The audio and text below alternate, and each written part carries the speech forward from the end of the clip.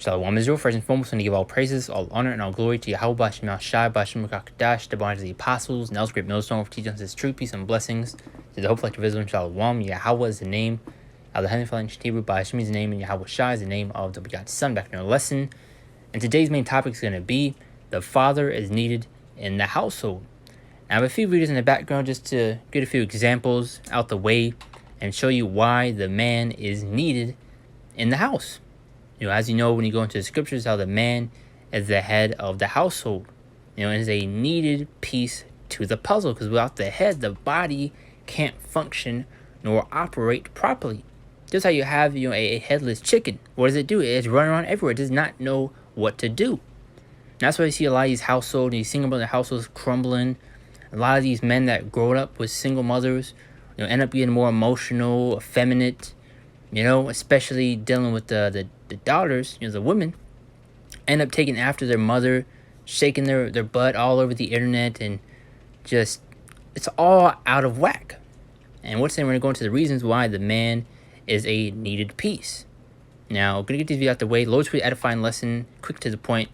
Came across these videos and, might as well make a lesson going into it. So, those will be edifying, quick to the point. Let's jump right into it. The way the world is right now in Western society, most women, not all, but a lot, come from fatherless homes and or come from a female-led household or whatever it is. When a woman isn't raised by her father or doesn't have strong masculine figures in her life, her ability to respect and defer to male authority is inhibited to a degree. Most girls that you meet in the United States, you're pretty much playing, two roles within these relationships, at times, especially in today's society, or the way that things are. You're pretty much playing the father figure as well as the husband. In the West, whatever it is, you're gonna have to train bad habits out of them. If you take a Western girl, modern woman, and you tell her, hey, I want you to cook and clean for me, I want you to, be submissive, follow my lead, be a dutiful girlfriend, whatever it is, she's gonna look at you like, are you crazy? Like, I ain't doing all that. Fuck out of here. But and that's the type of spirit that you see being pushed all throughout Babylon the Great, even to other places all around the world. That's why Scripture going to how they've drunken the wine of fornication. Now you have people starting to pick up the ways of Babylon the Great. Westernization. It's all out of whack, man, and all out of order, especially with this rebellious type of spirit that's being pushed, especially heavily onto these women, man. And also, that's what these devils want. Dealing with the woman to be rebellious, as well as with these households being broken up. Because without the man, which is the head of the body, if that's taken away, the body can't operate. It just crumbles. And you see that with many households to this day. Many situations where Jacob be caught up in, crimes or whatever the case may be. And you find out they've been, in a single mother household, or whatever the case may be, But this goes to show why a leadership position is needed in these households. These women are not meant to take after, that role. That's why you see the children are rebellious, not listening. Many problems can occur from that. And this is ultimately what this devil wants. she's gonna expect you to be taller than her, make more money than her, be decisive, be masculine, be a leader, protect her in times of danger. In other words, it's a bad deal for most guys because you're held to a traditional standard while she is not held to a traditional standard. Her roles are gonna...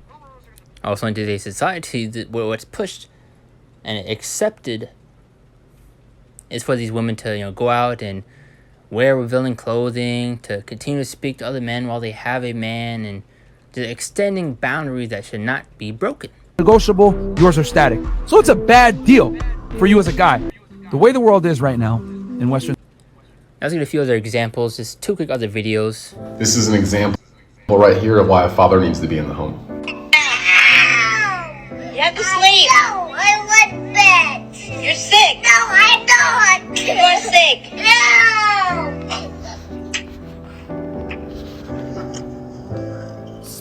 Lay down, be quiet. Message! And once again, that father figure is needed. And I came across a few videos, I think like a while back.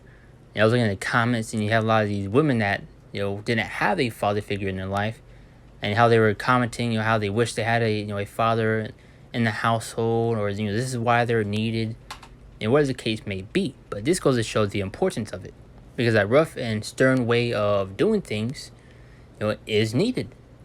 As well as many other reasons, but it's also just a little bit of it right there, because the women, the mothers, are kind of the caring, loving, and you're not saying the fathers ain't, but they're more a little bit hard on you, and that's needed.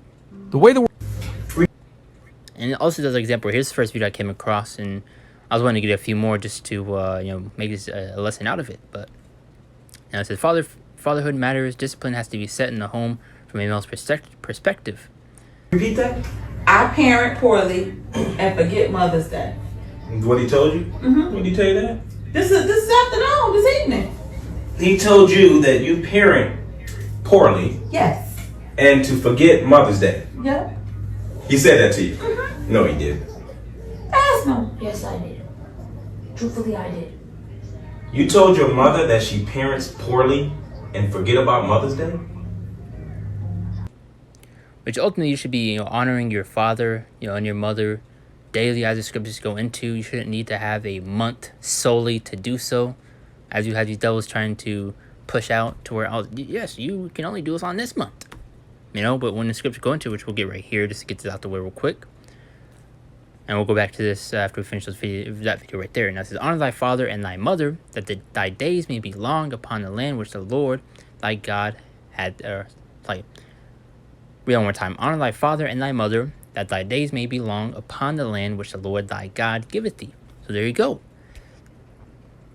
Why would you? You shouldn't need a month to tell you to honor your father and your mother. And in today's society, that's just completely disregarded. Where you see rebellious children rebelling against their fathers, their mothers. When that's not something you should do. But you shouldn't need a month to tell you to do so, right? You tell her that. Have you lost your mind? Why would you think that it's okay to speak to your mother like that? To tell your mother that she parents poorly and to forget about Mother's Day? How about we forget about Christmas? How about we forget about that? How about we forget about your birthday? Let's say we forget about that. As a matter of fact, both of you get the main point. I'm pretty sure there's a full video, but I just want to get those examples out the way just to add on to the point of the lesson. But let's go back to Exodus 20 and 12. And I get a few more scriptures after that, and we'll shut it down from there. Like I said, to be quick and to the point, and Lord was edifying. Now it says, honor thy father and thy mother, that thy days may be long upon the land which the Lord thy God giveth thee. But now let's get the NLT. Let's see what that say. Honor your father and mother, then you will live a long life, full life in the land the Lord your God is giving you. But once now they mentioned the society is just a rebellious generation, man. Our people are wicked and just through, man, ultimately. That's why you have many young Jakes going out, doing wicked things, and you even see many videos of these Jakes, picking on the elderly, pushing them over. You even had this one, I think it was I believe a Jake from the Southern Kingdom, picking on, I believe, Issachar, which Northern Kingdom, which ultimately were the same people, right? But you have Jake knocking over, his stand where he, sells food, and I believe they even beat him up, if I'm correct. It was a article a while back, but just goes to show just how wicked our people are, man. There's no order, and that's why they continue to go out and do the things that they do, especially within a single mother household. They don't have that tough love, stern father figure in their life, man, which is needed, to push you in the right direction, tell you the do's and not to do. Which, of course, the mother can do that also, but the father figure is needed in order to really instill those things. And once again, is why you have Jake doing the things that they do, being rebellious, being out of order, picking on the elderly, throwing eggs, beating them up, whatever the case may be, man. It's why in that father figure is needed, and also why these devils want the households to be broken up. Because once again, without the head, the body can't function. It can't operate properly. But let's go into Proverbs 22 and 6. Another great scripture right here. And that says, train up a child in the way he should. Or one more time. Train up a child in the way he should go. And when he is old, he will not depart from it. Especially dealing with this truth, man. But let's see what the NLT has to say. Direct your children onto the right path. And when they are older, they will not leave it. But many of our people don't have those boundaries set in place to keep them from going out and doing those things. That's why you see many of our people not having morals, man. Nothing is keeping them in check, man.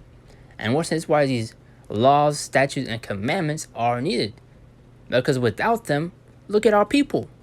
Look how wicked and destroyed our people are, man. Now, it's 1 Corinthians chapter 11, verse 3. But now it says, but I have you know that the head of every man is Hamashiach. And this is just for those that want to say that the man's not needed in that household, that we don't need the man, this and that. We can do what a man does and do it better. You know, because once again, the women are not meant to be in those leadership positions, you know, to that of the man. As you see here, but if you know that the head of every man is the Mashiach, and the head of every woman is the man. You're not downplaying the woman. The women have their specific roles within these relationships, within that household, but it's going to how the man is the head. He's the leader. He's the one that puts the foot down. He's the one that gives, you know, the go ahead, the yes and no. You know? But I would have you know that the head of every man is the Mashiach, and the head of the woman is the man, and the head of Mashiach is the Most High. But now you have this, you know, feminist spirit and agenda being pushed to once as I mentioned earlier, to where the man's not needed. We can do better off without the man, this and that. That's why you see all these houses broken up, man. And we got 3 more scriptures, and like I said, we shut down from there. Not being a long lesson. And Lord, so I'm tying these points to give the best of my ability, and you're being edified. Now, this 1 Corinthians 14 and 40. Now it says, let all things be done decently and in order. This is how the Lord wants things to be done decently and in order. But in today's society, with the way that things are going, you don't see any of that, man. Especially within these households, within these relationships, especially dealing with the woman. You know? Because once you're seeing that rebellious spirit and agenda being pushed, that my body, my choice movement, and you know, all these other movements that they be creating, which is completely rebellious, because that makes it to where the man has no say within the relationships, make it to where he pretty much can't do anything, you know? And that pretty much makes it to where the woman is able to do pretty much anything that they want. You know, they're going to continue to overstep and extend those boundaries to where they shouldn't be. But let's continue on with the other scriptures that I got, just to, you know, bring it home. Now, this is Psalms 82 and 5. It says, they know not, neither they understand. They walk on in darkness. All the foundations of the earth are out of course. So everything's out of whack and out of order, especially dealing with these households and the woman, and even the men at times. You know, you see that effeminate, you know, wicked agendas being pushed to where that you're not a real man if you're not in tune with your emotions, if you're not painting your nails, if you're not wearing a skirt, you're not a man. That's the wickedness that you see. And this place needs to be destroyed, man. I mean, and as scripture going to Micah 2 and 10, how this place is not our rest, and how it shall destroy you with a sore destruction. And a great example is 2/3 of our wicked people, man, because look what this place has done to us. You know?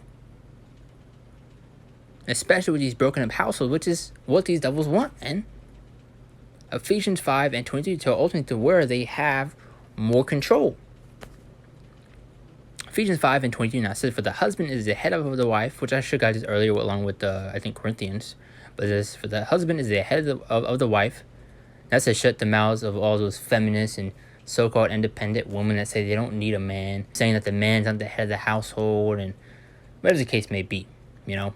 All this the type of confusion and wicked things that they be saying, which is off. But that's for their husband is the head of the wife, even as the Mashiach is the head of the church, and he is the savior of the body. There you go. But pretty much the main point of the lesson already, like I said, I don't know if it's a super, you know, big, gigantic lesson, but I came across those videos and, you know, I was wanting to make a lesson out of it because I was already looking for a lesson to make. So, you know, that was the spirit right there. But like I said, Lord, I got the point across and you were edified throughout the whole thing. I do to give all praises, all honor, and all glory to Yahweh Hashem Mashai, Hashem Kakadash, to the apostles, and that was a great millstone for teaching us this truth, peace, and blessings to the Hope Collective Israel and Shalom. See you next one, Lord willing.